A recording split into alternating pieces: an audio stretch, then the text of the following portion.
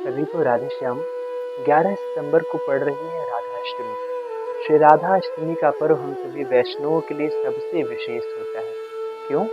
क्योंकि भाई ये हमारी प्राणाधार स्वामी श्री राधा रानी का प्राकट्य उत्सव है। हम सभी की लाडली, हम सभी की आराध्या जगदीश्वरी, सर्वेश्वरी, मखेश्वरी श्री राधिका रानी प्रकट होती है राधा अष्टमी पर। परंतु बहुत से वैष्णव जन श्री कृष्ण जन्माष्टमी का व्रत तो करते हैं, परंतु राधाष्टमी का व्रत नहीं करते हैं।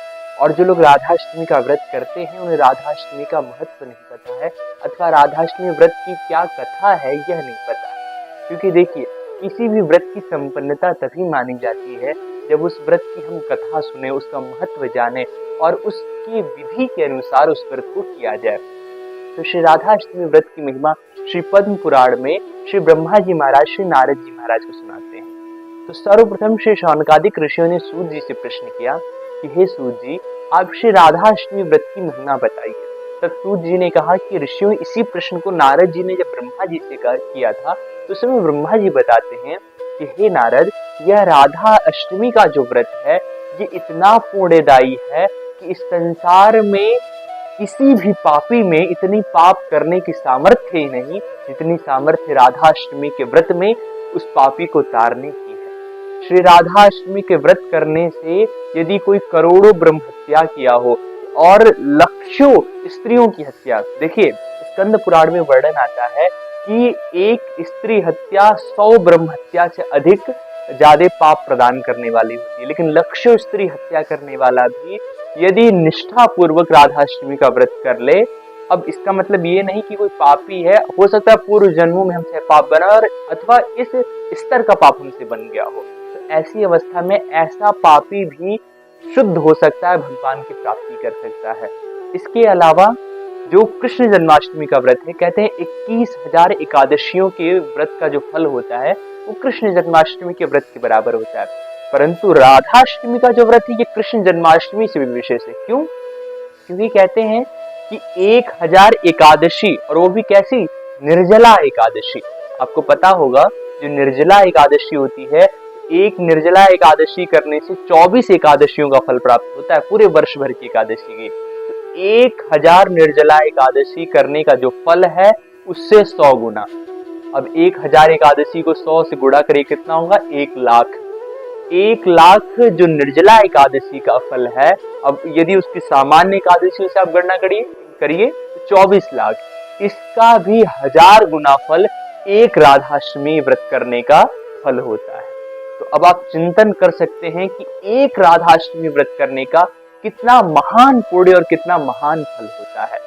आपके कितना बड़ा भी प्रारब्ध क्यों ना हो, यदि आप निष्ठा पूर्वक श्री जी के चरणाश्रित होकर के आपने राधाष्टमी का व्रत कर लिया तो आपके सारे पाप कट जाएंगे।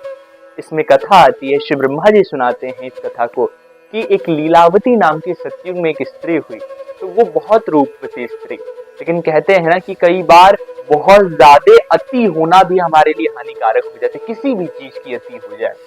अब उस स्त्री के लिए उसका स्वरूप जो था, वो स्वरूप की अति ही उसके पतन का कारण बन गई। वो भटक गई और वो व्यभिचार में लग गई और उसने बहुत सारे पाप कर्म किए। लेकिन कहते हैं ना कि पाप का भी एक दिन खराब रहता है। एक दिन पाप करते करते उसका मन ऊब गया। उसने कहा, बताओ ये मनुष्य जीवन प्राप्त हुआ है और इसको प्राप्त करके मैं कहाँ इन पाप के चक्कर में पड़ी हूँ। परेशान होकर के वो अपने गांव से बाहर निकली कि चलो कहीं कोई ऋषि महात्मा मिल, इनके चरण पकड़ के मैं रोने लग जाऊंगी कि हे महात्मन, आप मेरा कल्याण करें, मैं अपने इस पाप से कैसे मुक्त हूँ। ऐसा विचार करके वो निकली तो उसने देखा कि एक श्री लाडली लाल का मंदिर है। वहां पर बड़े हर्षोल्लास के साथ सारे वैष्णवजन जो श्री जी के राधा व्रती हैं, वे सब के सब श्री लाडली लाल का अभिषेक कर रहे हैं और खूब मस्ती में। महाराज कोई वर्णन ही नहीं है कितनी मस्ती छाई हुई है उनके अंदर। ऐसी मस्ती में वो श्री राधा नाम का संकीर्तन करते हुए नृत्य कर रहे हैं। अच्छा महाराज, एक विशेष बात और देखिए, क्या कि सामान्यतः सांसारिक नृत्य करने में जो वैष्णव है उनको नहीं कहा गया कि ऐसे सांसारिकों जो व्यवहार है उसमें नृत्य करना चाहिए, लेकिन भगवान के उत्सवों में नृत्य करने की क्या महिमा है। कहते हैं कि भगवान के उत्सव में नृत्य करते समय आप जो एक एक चरण रखते हैं उससे आपको करोड़ों करोड़ों यज्ञों को करने का फल प्राप्त होता है। ये होता है भगवान के उत्सव में नृत्य करने का फल। तो अब महाराज ये वहां पे पहुंचे और उन्होंने प्रणाम करके, वो लीलावती ने निवेदन किया कि आप लोग ये क्या कर रहे हैं, आप सारी चीज बताइए। तो उन्होंने कहा, देखो आज हमारी स्वामिनी श्री राधा रानी का व्रत है, राधाष्टमी का व्रत है। आज के दिन हमारी किशोरी जी प्रकट हुई थी, तो किशोरी जी के प्राकट्य उत्सव को हम सभी मना रहे हैं और पंचामृत के द्वारा किशोरी जी का अभिषेक कर रहे हैं। राधाष्टमी पे अभिषेक अवश्य में करना चाहिए। अभिषेक करने के पश्चात हम सभी निष्ठा पूर्वक व्रत करेंगे और फिर रात्रि भर जागरण करके किशोरी जी को हम सभी सुंदर पद सुनाएंगे, संगीत के माध्यम से, पदों के माध्यम से, और किशोरी जी को रिझाने का प्रयास करेंगे। फिर जब श्री जी का अवतरण हो जाएगा, पंचामृत से अभिषेक करेंगे, फिर राधाष्टमी पर्यंत व्रत करेंगे। इस विधि से व्रत करना है। अब महाराज उसने जब इतना आनंद और इतना उल्लास देखा तो उसके हृदय में आया, बताओ मैं कहाँ संसार में भटक रही थी, जिसको मैं सुख मान रही थी, वास्तविकता में वो तो हमें धीरे धीरे घोर अंधकार की ओर ढकेले जा रहा है। लेकिन इन लोग का जीवन देखो, कितना धन्य जीवन है। ये लोग श्री जी के, भगवान के मस्ती में, भक्ति में ऐसे मस्त है कि इनको कुछ खबर ही नहीं बाहर क्या है, ऐसी आनंद।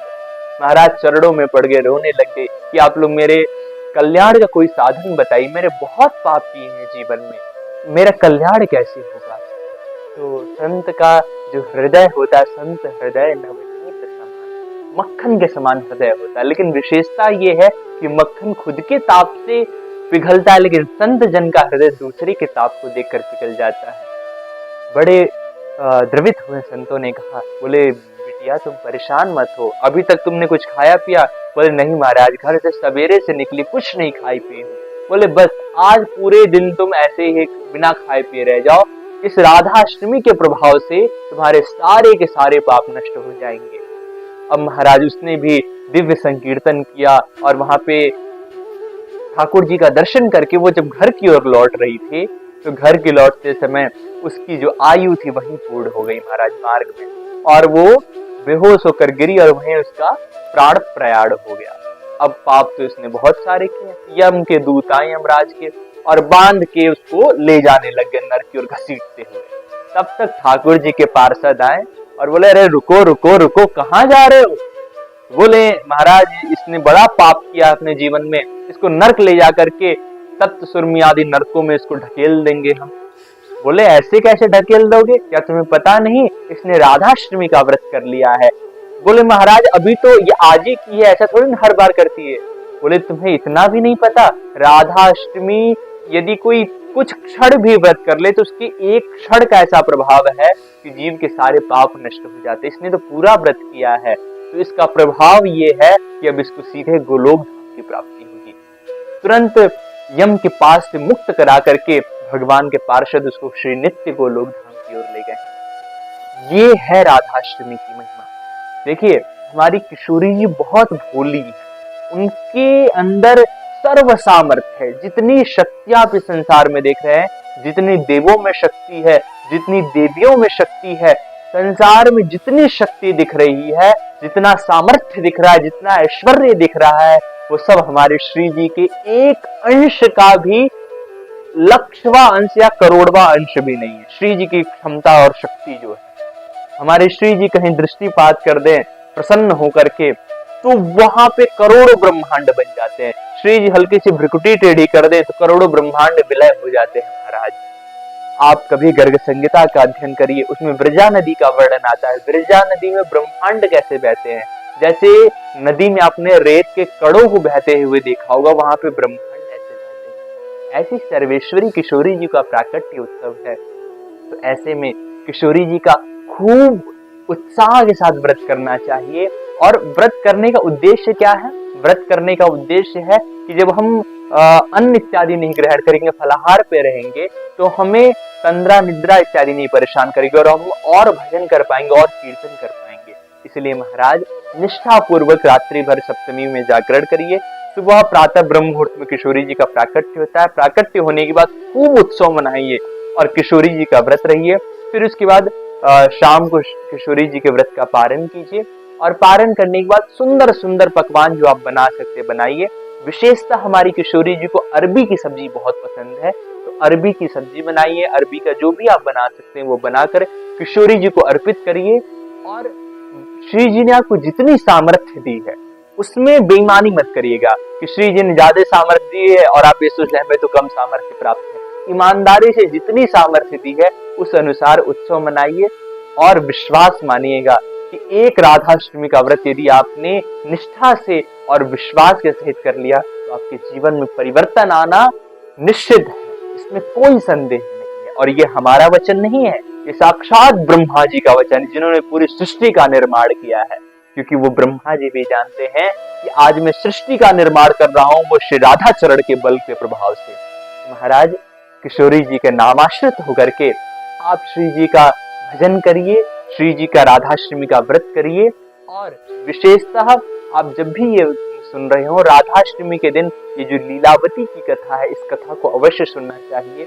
या तो आप YouTube के माध्यम से, इस वीडियो के माध्यम से सुन सकते हैं, अथवा खुद याद हो जाए तो खुद सुन सकते हैं, आपको जैसी भी सुविधा हो, लेकिन ये कथा अवश्य सुननी चाहिए। तो ये श्री राधा अष्टमी का प्रभाव ये है कि वो आपको भक्ति भी देगा, मुक्ति भी देगा, आपका इहलोक भी सुधारेगा और परलोक भी सुधारेगा। तो ऐसी किशोरी जी की महिमा है और राधा अष्टमी व्रत की महिमा है। अब स्वयं ब्रह्मा जी महाराज जब कह रहे हैं कि मैं इसका वर्णन नहीं कर सकता, नारद जी ने कहा आप राधाष्टमी व्रत के विषय में विस्तार से बताइए, राधा तत्व के विषय में विस्तार से बताइए। तो ब्रह्मा जी कह रहे नहीं नारद, मैं विस्तार से नहीं बता सकता, विस्तार से, क्योंकि राधा तत्व क्या है ये बस लाल जी जानते, ठाकुर जी जानते। राधा तत्व का उपदेश मैं स्वयं भी नहीं कर सकता। मैं अत्यंत समास रूप में तुमको इस राधा तत्व का उपदेश करता हूँ, राधाष्टमी के व्रत का उपदेश करता हूँ। और श्री ब्रह्मा जी महाराज ने जो पद्म पुराण में उपदेश किया हमने वो आपके साथ साझा किया। तो आशा करते हैं कि आप सभी इस ज्ञान को सुनकर के, श्री जी की महिमा को सुनकर के राधाष्टमी का व्रत अवश्य करेंगे और किशोरी जी का खूब नाम जपेंगे, किशोरी जी को रिझाने का प्रयास करेंगे। इसी आशा के साथ अपनी वाणी को हम यहीं पर विश्राम देते हैं। सभी को जय श्री राधे, जय श्री श्याम, जय श्री राधा वल्लभ।